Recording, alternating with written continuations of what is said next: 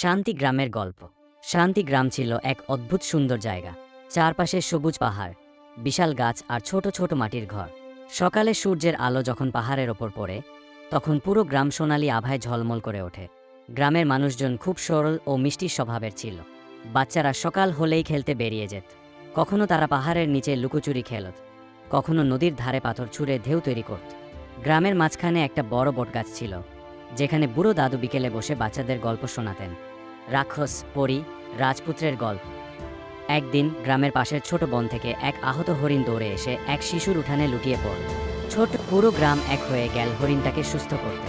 কয়েকদিন পর হরিণটা একদিন ঠিক হয়ে আবার পাহাড়ের দিকে ছুটে গেল। এই ঘটনার পর গ্রামের সবাই বুঝল, প্রকৃতি ও প্রাণীদের ভালোবাসলেই প্রকৃতি তাদের ভালোবাসবে। তখন থেকে শান্তি গ্রাম শুধু প্রকৃতির নয়, ভালোবাসা ও মমতার গ্রাম হয়ে উঠল।